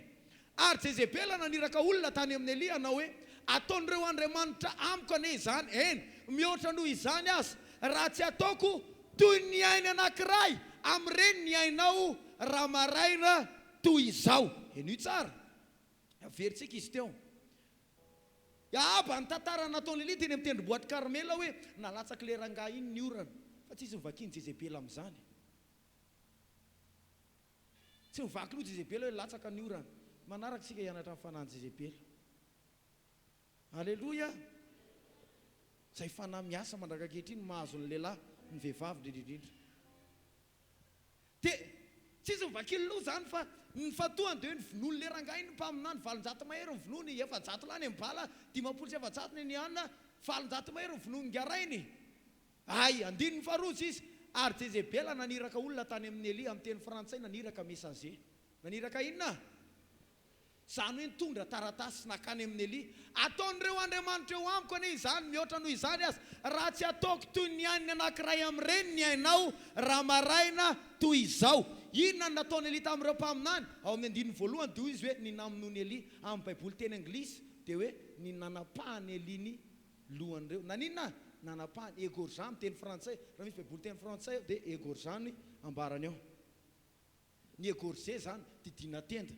Amen. Eny tsy amen zany. 7. Ary raha nahita tsy hoe raha naheno Elia fa naninona? Nahita satria taratasy ny voasoratra. Raha nahita izany izy dia niainga ka lasa andeha hamonjy ny ainy tena nakany Berseba izay any Jodia ary zatovo najanony tao. Lehilahy anankiray be sandry be, 700 lahy matanjaka mpaminany ny bala, ngarainy rery mavita mamono an'ireo eny amoron-drano. Ianao ary ndraindray olona kely efa skill kely efa mitazo mbola tsy resy rehefa miady. Mpaminany 700 lahy resiny nampiavaka ny Elia, izy le mpaminany nandatsaka afo voaloha avy any an-danitra dia avy eo nandatsaka rano avy any an-danitra. Halleloja. Ao ny mpanjaka faharotoko voalohany izy efa ho 50 lahy mandeha ny 50 dia ozy hoe raha lehilahin'Andriamanitra ihany koa misy afo mandevona an'ireo ohatra ny reny mandasaka tsy haika iny reny ngaray mandasaka afo nanana n'izany fahefany zany izy lehilahy 700 resiny fa vehivavy anankiray tsy mpanjaka akoriny no nanoratra dia nanina izy nilefa hamonjy ny ainy mpaminany lehibe mandatsaka afo avy any an-danitra fa nitsoaka no ninona soratra nataona vehivavy misy amin'ny fiainanareo reo no ny document soratana tany ho any mety anarana anaty dirina tany naty fasana mety numéro téléphone anao nalaina dia natao tany dia tsy tonga sainao fa ao amin'ny asa lasa tsy mahita fity ao amin'ny asa tsony ianao satria ny soratra tany ho any fa amin'ity androandroany ity foana avokoa zany soratra rehetrarehetra zany manao vamainina mafy ianao amin'ny anaran'i Jesosy amen tena niny lasa nitsoaka eli rehefa nitsoaka eli toizantsika mandeha ny fotoana fa izy kosa nandeha laliny indray andro tany efitra ary tonga nipetraka tamin'ny anjavy ary nangataka ho faty izy naninona hoe nangataka izy raha ho faty ihany dia aleo vononao fa asa avela vonoana i vehivavy iny fefa nanoratra izy dia taty aoriana mpanjaka faharoa toko faha 2 faharoa nakarina tamin'ny kalesa izy lasa nitsoaka teny hoe lasa nitsoaka fa adinony hoe naminany indray malaky aho hoe tsy maintsy miverina nga rehefa miverina izy tamin'ny alalan'ny Jaune vady mpanjaka le nanoratra taratasy izy le mibaiko ny amonoana azy vady mpanjaka inona no namonoany vady mpanjaka azy nitapahana ny lohany riavana tandremo zava-doza ny soratra fa ho foanany zany androany ohatra anankiray Daniela toko 5 rehefa nanao fanasana mpanjaka anankiray Beltsasazara dia nisy soratra teny amin'ny rindrina rehefa nisy soratra teny amin'ny rindrina tanana mipotra teny dia nanoratra teny amin'ny rindrina zany hoe vadika taktilina ny rindrina dia ny soratra teny dia hoe menemene tekela oparesina dia rehefa nahita an'iny ny mpanjaka dia nivavany taolany zany hoe ny mpanjaka nangovotra nahita tanana nanoratra teny amin'ny rindrina dia nivavany taolany enjany zany noho ny soratra dia naninatra amin'ny taolany nivava dia Daniela no nandika an'ilay soratra avy eo io le atao hoe soratra amin'ny teny tsy fantatra misy no mivavaka amin'ny teny tsy fantatra dia misy le ambaran'ny baiboly be indrindra amin'ny Korintiana hoe miteny amin'ny teny tsy fantatra halleloja ty kosa dia teny soratra tamin'ny teny tsy fantatra any ka nany kaldeanina olona manam-pahaizana mahay fiteny arameana mahay fiteny hebreo mahay fiteny rehetrarehetra zay ny raisina kaldeanina ary olona nianatra ny atao kaldeanina ao amin'ny Daniela toko 5 vakina hatramin'ny farany tantara fa reo tsy navita nandika an'le izy dia nalainy Daniela misy problème mitrangy eto amin'ny firenena tsy hovavahana izaniza fa ianao ny ava azy ianao ny ava azy amin'ny anaran'i Jesosy zanak'Andriamanitra ny ava azy rehefa tonga Daniela dia nandika an'le izy hoe nidika an'io dia zao mene tekela oparesina ainao dika mene dia zao nisy saina nisan'ny andronao nolanjaina ianao dia hita fa tsy ampilanja tekela oparesina ankehitriny dia hozaraina amin'ny fanjakanao zany hoe nolanjaina ianao dia hita fa tsy ampilanja ary ny saina ny andronao dia ny faranana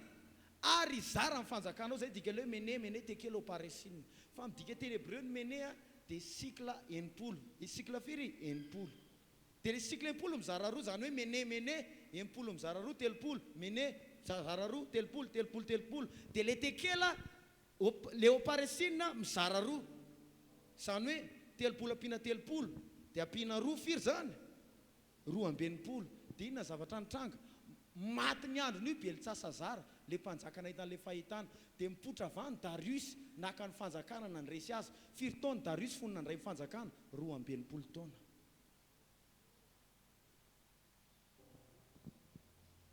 dia tantara mampimety aminareo rehefa nitory teny zava-miafy ny mene tekela oparesina io tao am-piangonana tsy mbola nampianatra ny amin'ny resaka soratra ty korony dia nahita an'iny mpampianatra mpiasa mpanjakana anankiray dia satria izy voapiny toka lahy taloha fa afaka tamin'ny toka izy rehefa afaka tamin'ny toka izy dia nivavaka tsara fa saingy le atmosfera ao ampiasana ratsy be dia tao izy zany dia ray birao amin'ny olona marobe dia rehefa eny ty toriteny ty tonga tany birao izy latsinainy maraina dia nisoratany tao amin'ny latabatra mene tekela oparesina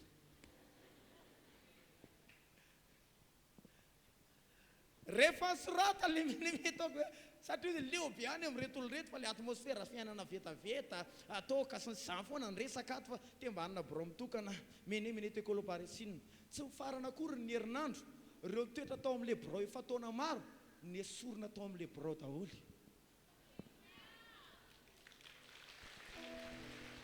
alleloia dia nahazo promotion tamin'ny asany izy ary amin'izao fotoan'izao raha sitrapon'Andriamanitra efa miniomana izy hosefin'le service misy azy ankehitriny inona ny angany zany menemene tsy miteny anao akory ny aso raty an'izany ana tsy nampianatra an'izany alleloia fa le finoany fotsiny natahitra hoe lay voasoratra le inona voasoratra dia tanteraka tamin'le mpanjaka ny alina io ihany dia maty Belsasa zarana hitan'le soratra ny vonoany miaramilany Darius ary Darius niakatra teo amin'ny fitondrana rehefa 12 taona satria izay ny voasoratra le tanana tactile teny amin'ny rindrina ary zay ny mahatonga an Jesosy Kolosiana 2:13-14 ny vakitsika teo 15 hoe rehetra tsy vitany namelona antsika fotsiny Jesosy nanangana zay rehetra maty teo amin'ny fiainantsika fa tsy maintsy nofoanany amin'izay ny soratana ny didiny 7:70 izay naninona nentina ny hampangana antsika noho ity seminaire ity ny soratra rehetrarehetra nataony olona tany ambadikandro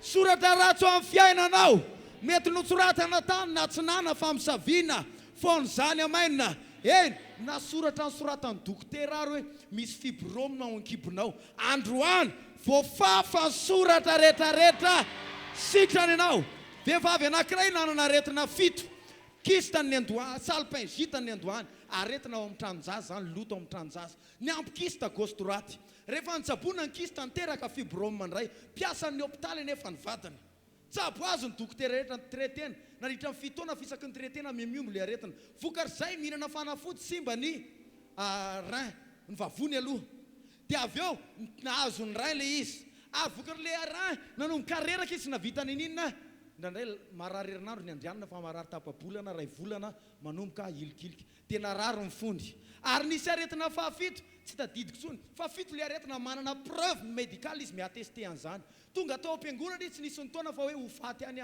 dia raha ho faty dia aleo hitady fiangonana dia sorana ny tombo fa nahita ny fiangonana rehefa izy tao izy mba niditra hoe ho faty any dia aleo ato fa vao nanitsaka ny fiangonana izy zao ny teny ohatra nisy courant zany miakatra vao nanitsaka teo ianao nisy ohatran'ny courant miakatra ao aminao alleloia teny vavahako izy ray minitra ihany anga mavavaka ao azy 2 minitra teo dia ozy hoe vavaka ao anao fa manany ianao finoana nefa nisy vao nanitsaka an'le fiangonana dia nisy inona courant teny hoe misy courant zany alleloia dia ozy hoe zao madama ao arinany ity dia miandro toromarika avamiko ianao satria za zany somary matahotra alleloia nisy fotoana nisy vehivavy mivonto be zay tao avy niteraka dia lasa mivonto be atra ty ohatry be voka-kambana reny ny kibony ato dia misy aza ray dia ray ato dia ray ato tsy afaka mandeha fa vao nahita azy na ny finoko ary nandositra zay no mahatonga lery hoe ry finona aiza reno tena isa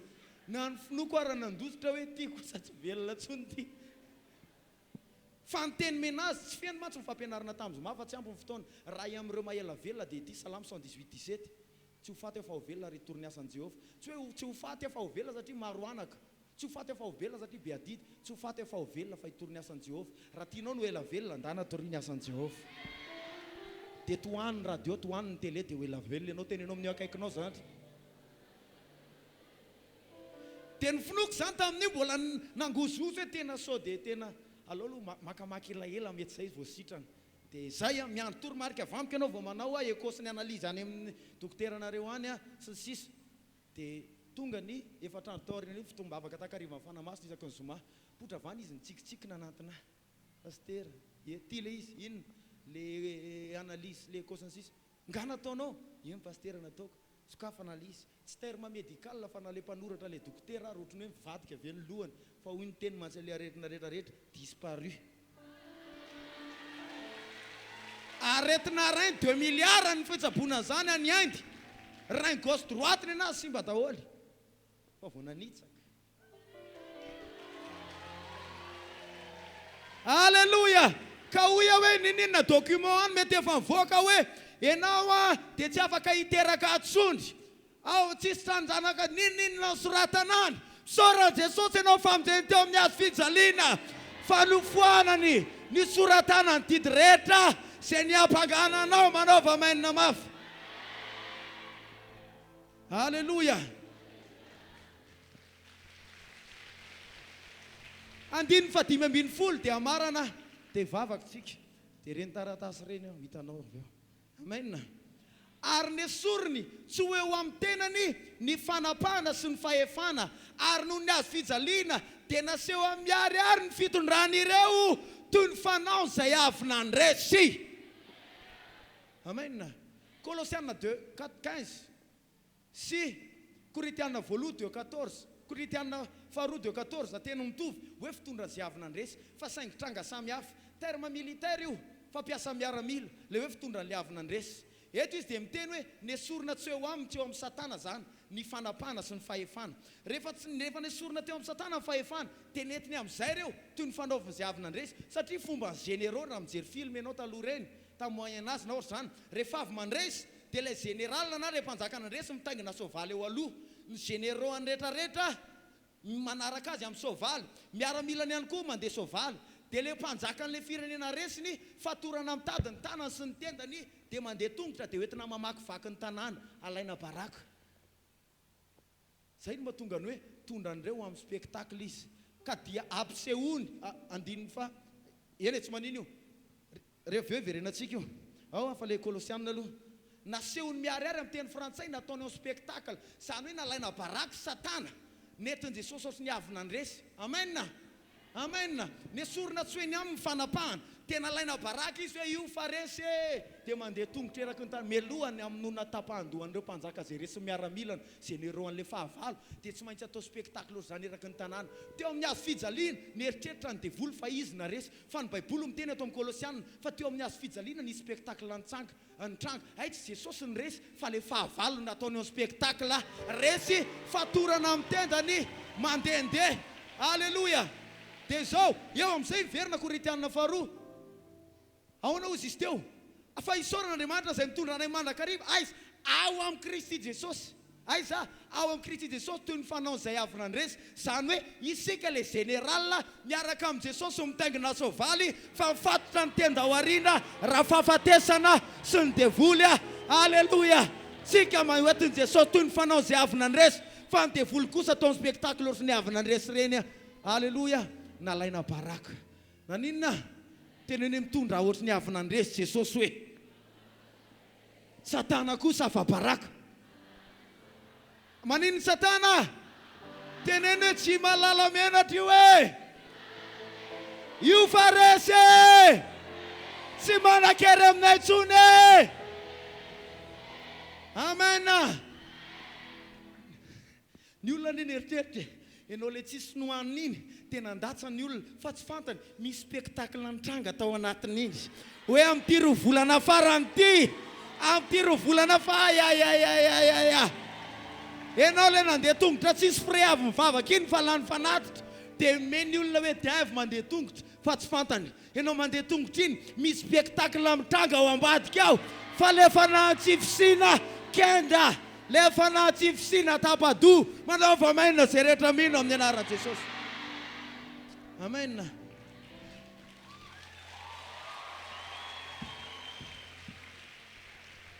Afaka mamarana amin'izay ve tompoko? Afaka mamarana amin'izay ve? Tsy maintsy farana io. Tsy maintsy. Halleluja. Habakoka 2:1 zay no mahatonga an'ity tenin'ny Habakoka ity. Halleluja. Habakoka 2:2 andiny voalohany ka hatramin'ny 7. Hitsangana eo ambonin'ny fitazanako aho, hijoro eo ambonin'ny manda iandry ahitako izay olona izay ny amiko sy izay avaliko amin'ny fitarainako. Eo amin'ny fiainana mila manana toerana fitazanana ianao. Halleluja. I toerana fitazanana io dia atmosfera. Inona? Toerana. Sorantompo ianao herinandro mahagaga eto le hitazananao ny feon'Andriamanitra isan-kerinandro. Alatsinainy ianao mitoera eto amin'ny fitazananao fa eo ihany ny ahitanao ny feon'Andriamanitra satria ny feon'Andriamanitra tsy natao re fotsiny fa natao hita.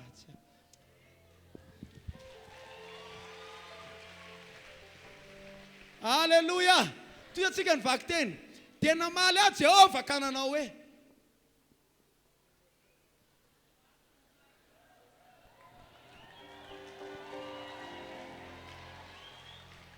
namaly ahy Jehova ka nanao hoe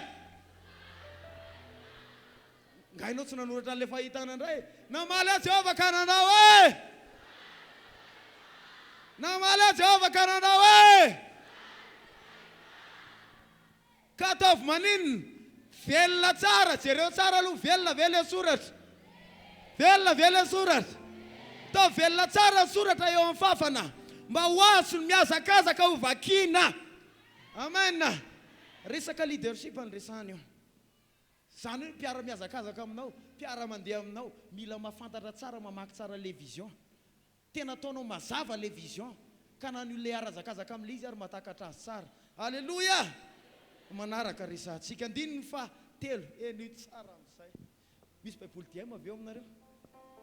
Tsy maninona aloha amin'io dia homany eo fotsiny DM. Ao a. Fa tsy mbola tonga ny fotoana tanteraka io fahitana io. Kanefa ho avy tsy ho ela ny faran'ny taona 2024.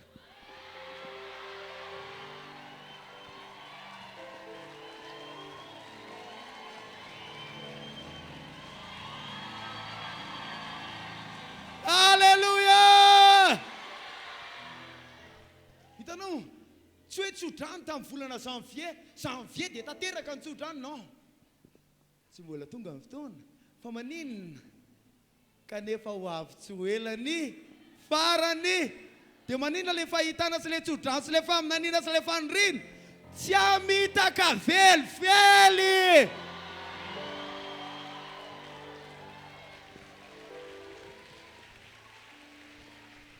Dia sao nambarana andraso ampatokina natotro mitaredretra ary mifatanterahana fa ho avy tokoa ary tsy ahemitra 2025 zany. Non, tsy ahemitra 2025 zany. Teneny hoe non, tsy ahemitra 2025 zany. Raha izy le fahitana dia teneny non, tsy mihemitra 2025 zany hoe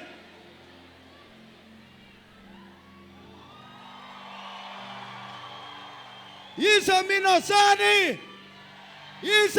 zany dia afa mafy mirakoraka ho azy Jesosy.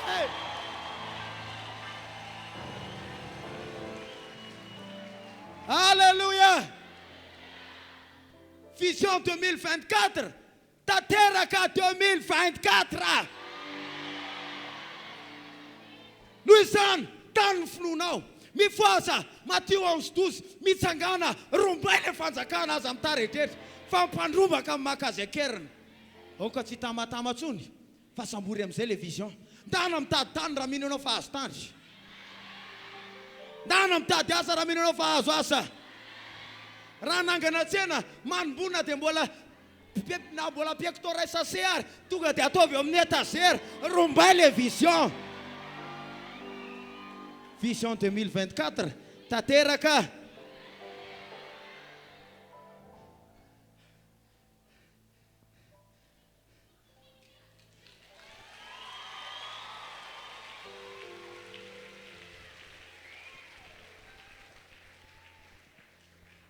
Zay ny mahatonga ny tenin'Andriamanitra amin'ny teny foana.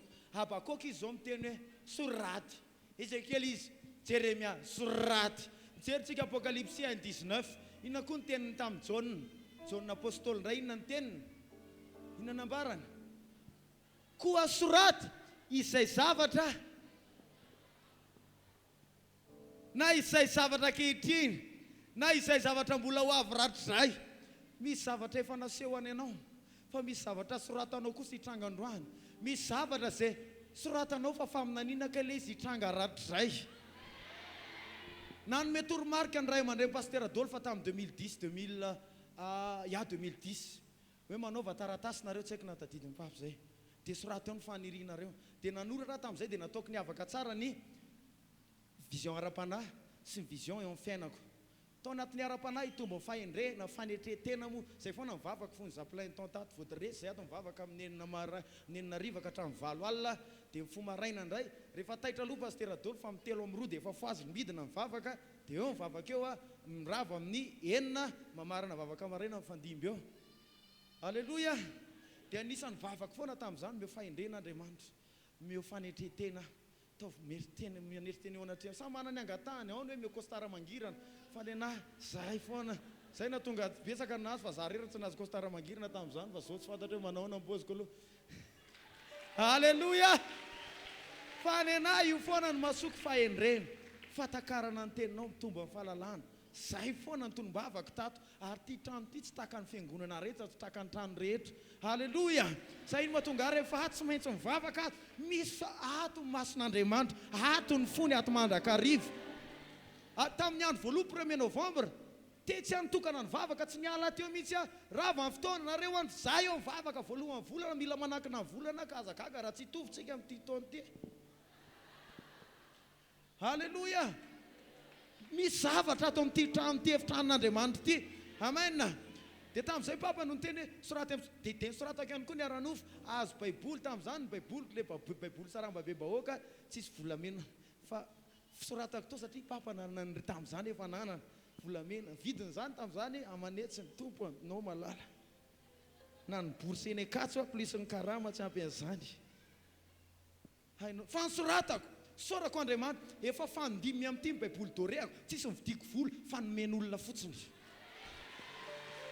satria voasoratra niverina namaky azy telo taona lasa zay fa saika latsaka ny ranomasoko nanoratra tamin'izany ordi satria nahita ny lalahy tahina manokana ne izy amena ny anazy io marika poma apple io foana iPhone dia io tompo mba maniry an'ireny ohatriny vidiny tonga dia le mampitsoka finoany regny koa fa dia nisoratako hoe tompo portable anankiroa dia sorako ny tompo fa mba nitainy tompo zay manana produit Apple iPad manana Mac zay ao anankiroa zao Mac anay ao MacBook Pro ao araka le soratra tamin'izany fotoana fa ny olana dia ity soraty zay hitanao ary araka nambarana tany miabako ka ataoko mazava dia tsy nataoko mazava le izy dia mbola config tsy amin'le M1 na M2 na M3 ny azonay ihany fa amin'le config mbola le sarambabe bahoaka fa izy fotsiny efa marika Apple fa tokony précisena tsara ny anao ihany koa précisio tsara mena trano misy ny tranona koa misy ny trankisoa trano inona ny ilainao précisio tsara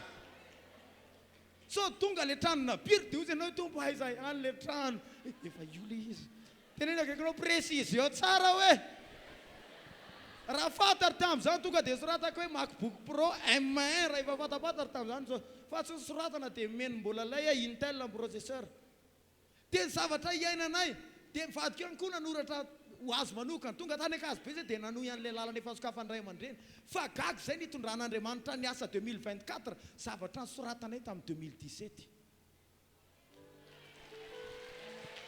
zay tsy mahafantatra fa kay zay voasoratra dia manenina voasoratra dia ao anao izy izy tsy taredetra izy ary tsy ahemitra zany tsy hamitaka anao zany Andriamanitra sangahana amin'ny toerana misy ianao dia andaontsika hivavaka androandry tereneo misaotra Jesosy nanokatra amin'ny masony saiko androandry saotra Jesosy nampianatra androandry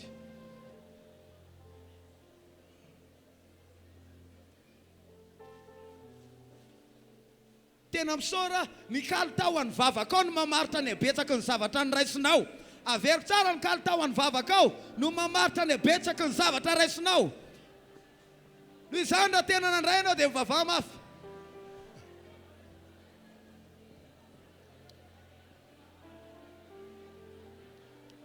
amin'ny anaran'i Jesosy amin'ny anaran'i Jesosy amin'ny anaran'i Jesosy amin'ny anaran'i Jesosy saotra Halleluja, halleluja. Amin'ny anaran'i Jesosy Kristy. Rabasakatarababa. Amin'ny anaran'i Jesosy. Zay rehetra hiteny hoe amen. Ino tsara hiditra amin'ny fotoana isika. Zao raha nanomana an'ity fotoana ity ny amin'ny androandry. Tamin'ny 3 maraina dia tonga tamiko ny tenin'i Jehova. Rehefa namaky an'io tantarany Elio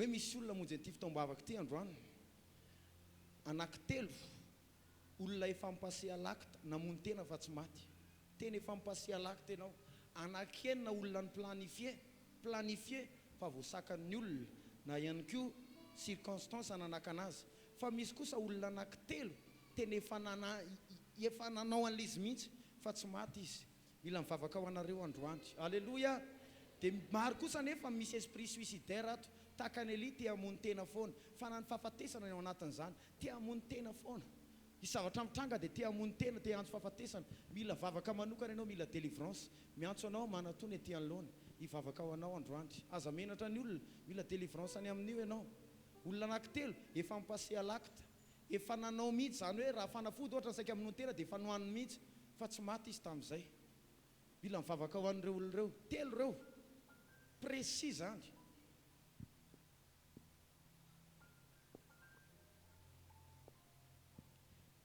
dia misy indray efa ny planifie na ny daty na ny fotoana na ny fomba anaovana azy fa olona ny nanakana na circonstance ny tsy nanome lalana tanterahana an'ilay izy dia adinonao ilay izy enina indray ireo olona ireo ary misy ray mpianakaviana misy ray mpianakaviana efa mipasialakita misy fanahy io manana destiny tsara be anao fampotehany favara antana izy aminareo reto le efa nipasialakita efa namony tena mihitsy ianao fa tsy maty sangano ny tanana izy efa namony tena mihitsy anatony se aty inona ataony se ninana fanafody efa ninana mihitsy sandrato ny tananao tsy jereo ny anaran'i Jesosy esprit suicidaire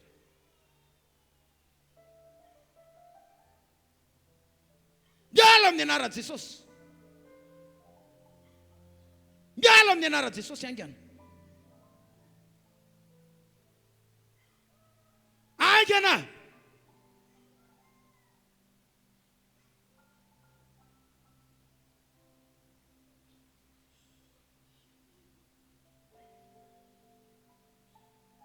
afana tanteraka izy stranona ny ratra-po rehetra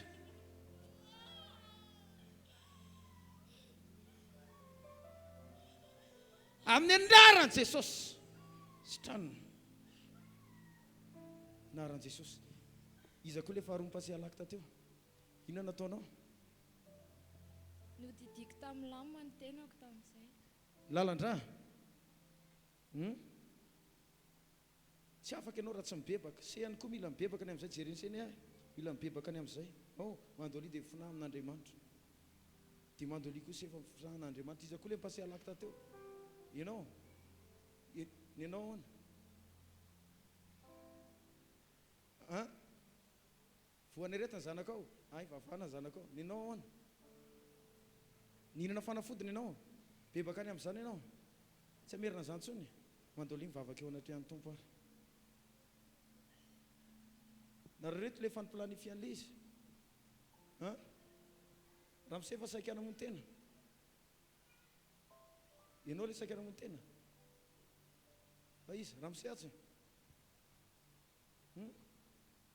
famplanifie izy nareo hoe amony tena bebaha io natrehan'ny tompo nareo dia vavaka ho anareo ny fiangonana izany bebaha io natrehan'Andriamanitra miaraha amin'izy telo reto sandrato ny tanareo dia andao tsika hivavaka ho azy ireo mba mindra fo amin'ny Andriamanitra raha io mivavaka izay manokana ho azy ireo mindrana fo izy Andriamanitra velany hely miaika izy tony fa tsy netiny nataony vavaka izay Andriamanitra vavaka izay ray malala amindrana fo izy avavaka fanamasina androany Romanina 5:5 fa tsy mampameratra ny fanatenana fa mifanan'Andriamanitra mampidina ny fitiavan'Andriamanitra ao am-ponay tononko izany fitiavan'Andriamanitra zany hanenika azy ireo tononko izany fitiavan'Andriamanitra zany hameno azy ireo amin'ny anaran'i Jesosy andrakotra azy ny anaran'i Jesosy tompo tsangana amin'izay nareo ety anoloana isandrato ny tananareo tsy hameran-tananareo fa raiso amin'ny finoana alleloia tsy mbola nakafahifana tamin'ny ray aman-dreniny amin'izany ino fotsiny vavaka toko sandrato ny tanana. Ny anaran'i Jesosy mandidy ny fanahany fahafatesana miala amin'nyretoloreto amin'izao ankehitriny izao. Raiso ny fanafana amin'ny anaran'i Jesosy Kristy. Amin'ny anaran'i Jesosy afana ny fanafahatesany reto. L'esprit suicidaire rehetrarehetra afana amin'izany izy ireo. Afana amin'izany izy ireo amin'ny anaran'i Jesosy. Angana! Angana ny esprit de mort miala ao anatin'izy ireo. Fanahany fahafatesana miala! Miala amin'ny anaran'i Jesosy. Miala tao amin'ilay mibitsika azy. Ilay mibitsika aminy. Ilay manosika azy ho amin'ny famonotena. Miala amin'ny anaran'i Jesosy. Angana mandeha amin'izao fotoana izao. Saraka amin'ny tanteraka. Miala tao aminy. Piteko miala amin'ny fiainan'izy ireo. Tsy afaka andrava no aviny. Tsy afaka naisitra ny ainy. Foka, foka, foka, foka, foka amin'ny anaran'i Jesosy. Afana tanteraka izy ireo amin'ny anaran'i Jesosy tompo. Raiso ny fanafahana. Sandrato ny tanantsika fiangonana dia ataovy amin'izy ireo dia teneny hoe tsy ho faty izy fa ho velona. Atsangana ny fiainany amin'ny anaran'i Jesosy. Amin'ny anaran'i Jesosy. Amin'ny anara maherin'i Jesosy. Afaka tanteraka izy ireo. Vaovao ny fiainany. Resy ny fahafatesany. Amen. Tiaka mafantompotsika dia alaivo ny taratasinao. Mazoto toeranareo azakivinareo misokatra amin'ny fiainanareo aorianany androany. Eto amin'ny altara ny teny mivoaka. Alaivo le taratasy aingany. Ao le taratasy ao asandrato le fahitana izy le fahitana. Asandrato ambony. Ao. Dia zao ivavaka ho an'ny reny ny ray aman-dreny rehefa avy eo. Ao. Voraintsika ve zany. Dia zao rehefa vita ny vavaka. Rehefa vita ny inona hoe? Vavaka. Raha tratranao androany dia ataovy androany. Dia apetrao eto amin'ny altara eto fotsiny. Maninona hoe? Maninona? Atao fotsiny zay ikasihan'ny altara. Iny tesoratra masina Matthieu 23:19 hoe ny altara ny manamasina. Azosika tsara zany. Vavaka ho azy ny ray aman-dreny avy eo tsodranao ireny vision rehetrarehetra reny. Tsy maintsy tanteraka reny. Tsy maintsy tanteraka reny. Misery eto amin'ity altara ity. Ary mpanompon'Andriamanitra izay no miteny aminareo. Dia rehefa vita ny vavaka eo melohan'ny odiana dia apetrao eo dia tonony amin'ny anaran'i Jesosy. Fa ny tena mety raha pitso miverena amin'ny inona izy ity? Herinandro mahagaga dia araroty iny fa tsy misy tsotanteraka. Zay voasoratro. Mankasitraka ny ray aman-dreny nanome ny fahefana tahin'Andriamanitra tompoka ity akisika indray mpanompon'Andriamanitra.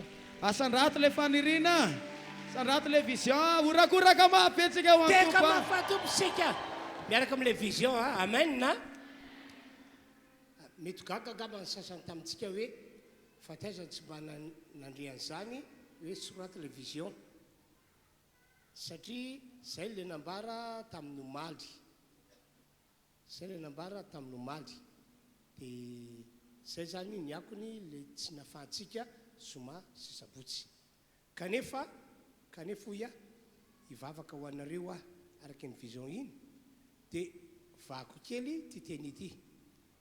Raha possible aminao ho anareo tonga eto sy ireo namantsika zay tsy tonga tsy namonjy ity fotoana riva ity dia teneny izy hanotra ny vision.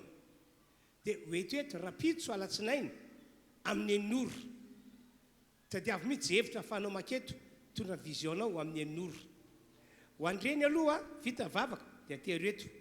Fa ho an'izay tsy nahomana dia sorato malaky atereto amin'ny enora. Tsy talata akory na voatoko amin'ny broko ny dodona. Pastera, miala tsy fa ty voavitako. Tsy haiko moa izay fiaranao sy Andriamanitra hoe ho accepté sa tsy ho accepteny. Fa le ambarako izao hoe rapitso amin'ny enora hoetoeto le izy. Vavaka isika. Tompo, isaorako any anao izay fa niantso aho ho mpanompo ary nametraka amin'ny toerany maha-mpanomponao aho. Misaotranao ihany koa fa efa nataonao ho mpisoronao aho, mpisoron'ilay avindrindra. Ary manao fifonana ho an'izao fiangonana rehetrarehetra izao. Indro, eny an-tanan'ny olona ny vision. Eny an-tanan'ny olona ny vision. Ko amin'ny anaran'i Jesosy no ilazako. Fa tsy taona 2025 no nanomanana an'iny fa taona 2024. Ho tanteraka daholo zay voasoratra dia voasoratra. Ho tanteraka daholo zay voasoratra dia voasoratra. Ary isaorako any anao ny amin'ny famindrampo lehibe zay nomenao ho an'reto namana ireto sy reo namana any an-tanàna any atokantrano any fa reo zay voasoratra ao am-bokinao fa hita zavatra magaga atoato dia anoratra ny vision ihany koa izy hitondra zany eto rapitso alatsinainy amin'ny anoro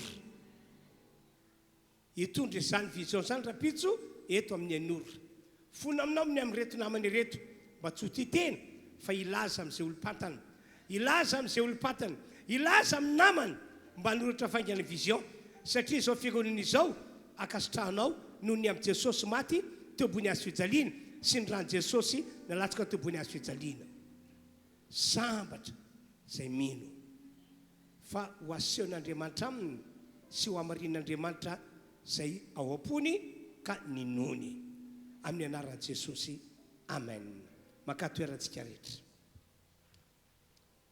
zava-dehibe amintsika ny naharetantsika teto hatramin'izao ary mbola mareta kely any na dia fa tokony firavana mihoatra